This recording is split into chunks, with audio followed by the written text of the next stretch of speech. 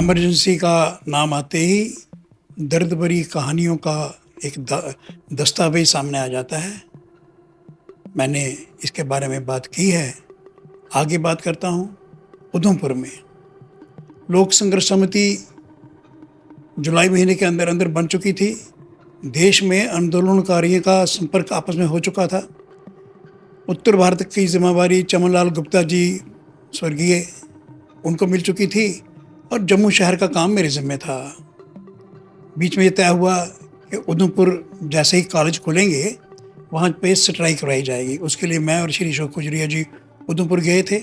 हमने वहाँ speed work किया, तैयारी की और फिर उधमपुर में क्या क्या हुआ हमारे साथ वो मैं बाद में बताऊँगा। पहले मैं एक दृश्य आपके सामने रखना चाहता हूँ। Police station Udhampur, SHO mister Sangra और 4 नौजवान 18-18, 19-19 साल के जम्मू से जाके वहाँ सत्याग्रह किया, क्योंकि ये तय हो चुका था कि हर जिला हेडक्वार्टर पर सत्याग्रह होगा। ये चारों में से स्वर्गीय सुभाष गुप्ता जी बहुत बहादुर, बहुत दलेर हमारे साथी थे। डॉक्टर सुदर्शन गुप्ता जिनका लखनपुर में BEd कॉलेज भी है। श्री सतीश सेठी जी व्यापारी हैं जम्मू में। ये सब 18-19 साल के थे। एक आदर्श गुप्ता जी थे, वो भी इस दुनिया में नहीं रहे।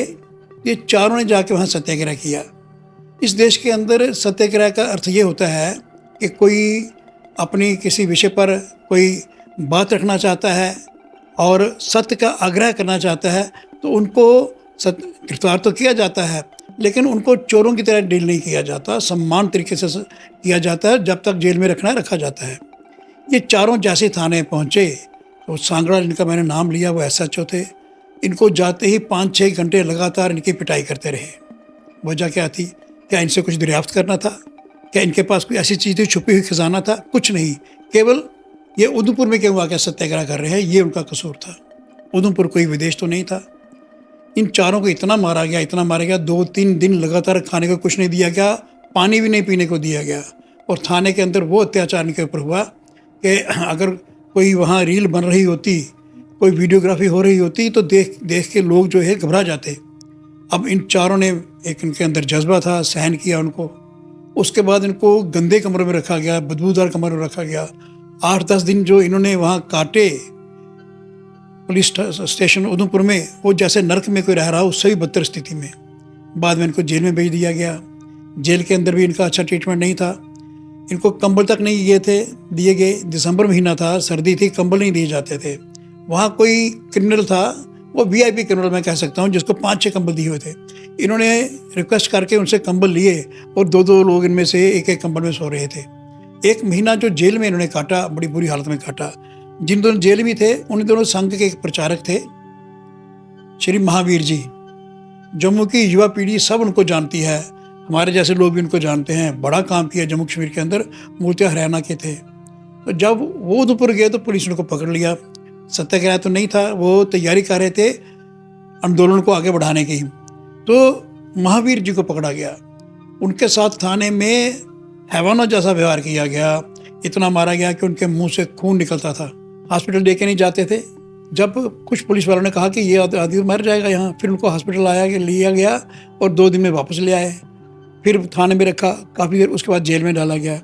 अब वो नौजवान ऐसे थे कि अपने जो उनका तहिया था, जो उनका संकल्प था, उससे पीछे नहीं हटते थे। वो जेल के अंदर संघ की शाखा लगा रहे थे। 4 लोग तो ये भी साथ मिल गए थे जो पहले से वहाँ थे। तो शाम को शाखा लगाते थे, सुबह फिर से उनकी पिटाई होती थी, रात को फिर पिटाई होती थी। लेकिन उन्होंने एक दिन भी शाखा बंद नहीं की। बाद में उनको जम्मू भेज दिया गया। आज तक उनका स्वास्थ्य ठीक नहीं है। पिछले दिनों मेरी उनसे भेंट हुई थी। अभी भी वो ठीक प्रकार से चल नहीं पाते। कितने वर्ष हो गए, कितनी लगातार कितनी पिटाई की होगी, आदमी सहज ही अंदाज़ा लगा सकता है। मैं ये समझ नहीं पाता हूँ कि वो सांगड़ा या उस समय के पुलिस ऑफिसर वो क्या दिखाना चाहते थे। ये चोर तो नहीं थे, इनसे कुछ दरियाफ्त नहीं करना था, इनसे कुछ बरामद नहीं करना था। इतनी पिटाई क्यों की? या तो जैसे होता है ना, किसी को खून लग गया है मुंह पे जो भी थाने आएगा उसको मारना ही मारना है। ये सारे पढ़े लिखे लोग थे, रिस्पेक्टेबल सिटीजन थे, पर छोटी उम्र के थे। इतना टॉर्चर किया गया कि उम्र भरी ठीक ना हो सके। तो ये अत्याचार की प्रकाष्ठा थी कि लोग कहते हैं कि यहाँ शेख अब्दुल्ला चीफ मिनिस्टर थे तो शायद यहाँ अत्याचार नहीं हुआ, यहाँ अत्याचार दुगना हुआ। जैसे मैंने कहा ना, एक तो वो श्रीमती इंदिरा गांधी को खुश करना चाहते थे, दूसरा उनकी जो मन के अंदर हेट्रेड था जम्मू के लोगों के लिए, डोगरों के लिए, वो भी साथ साथ निकलता था। तो अत्याचार की प्रकाष्ठा पूरी हुई। और मैं समझता हूँ कि उधमपुर में हुआ क्या, इससे पहले हमारे 4-5 प्रमुख लोग पकड़े गए थे मीसा के। एक थे डॉक्टर हरिराम जी, बड़े एक माने हुए लोग थे वहाँ के, बड़े आदरणीय थे। उसके अलावा श्री सत्यव्रत थे, एक राजेंद्र गुप्ता जी थे जिनको साइकिलों का काम था।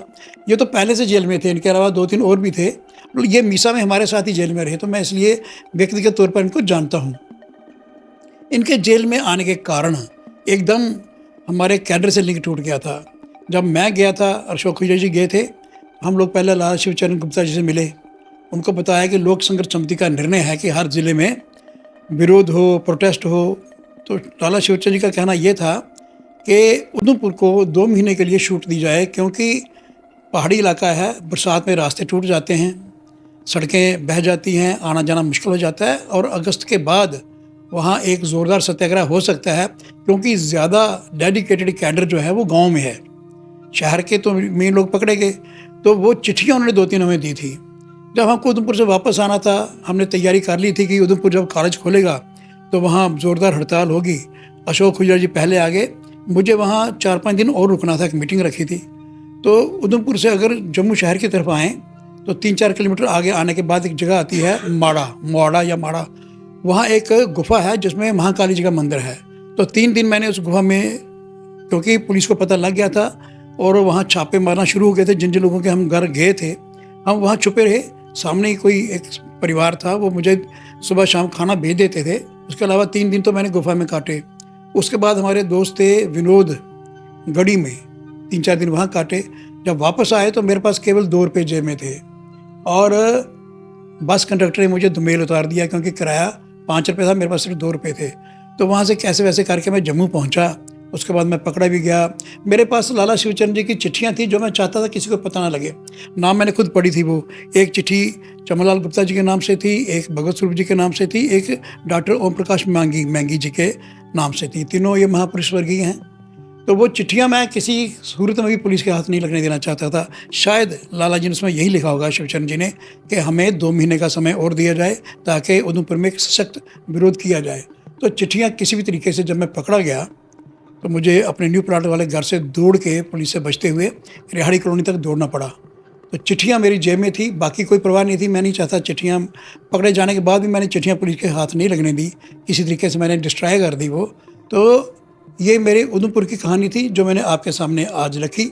उसके अलावा बाद में उधमपुर में बड़ी गतिविधियाँ हुई सरकार के विरोध में, और उधमपुर के लोग बड़े क्रांतिकारी हैं। आगे भी जितने आंदोलन हुए वो आगे बढ़ के हिस्सा लेते रहे। ये थी उधमपुर की कहानी, दर्द से भरी हुई, पीड़ा से भरी हुई। खास करके जब वो 4 नौजवानों की बात मैं सुनाता हूँ, मेरे अपने रोंगटे खड़े हो जाते हैं। महावीर जी के साथ जो हुआ वो सब मेरे मस्तिष्क में, मेरी स्मृति पटल में जब आता है तो कलेजा मुँह को आता है। उधमपुर की कहानी मैं आपके सामने रखी। मैं चंद्रभूषण शर्मा बोल रहा हूँ, और आगे आपातकाल में क्या क्या हुआ जम्मू में, सारा मैं धीरे धीरे आप सबको बताता रहूँगा।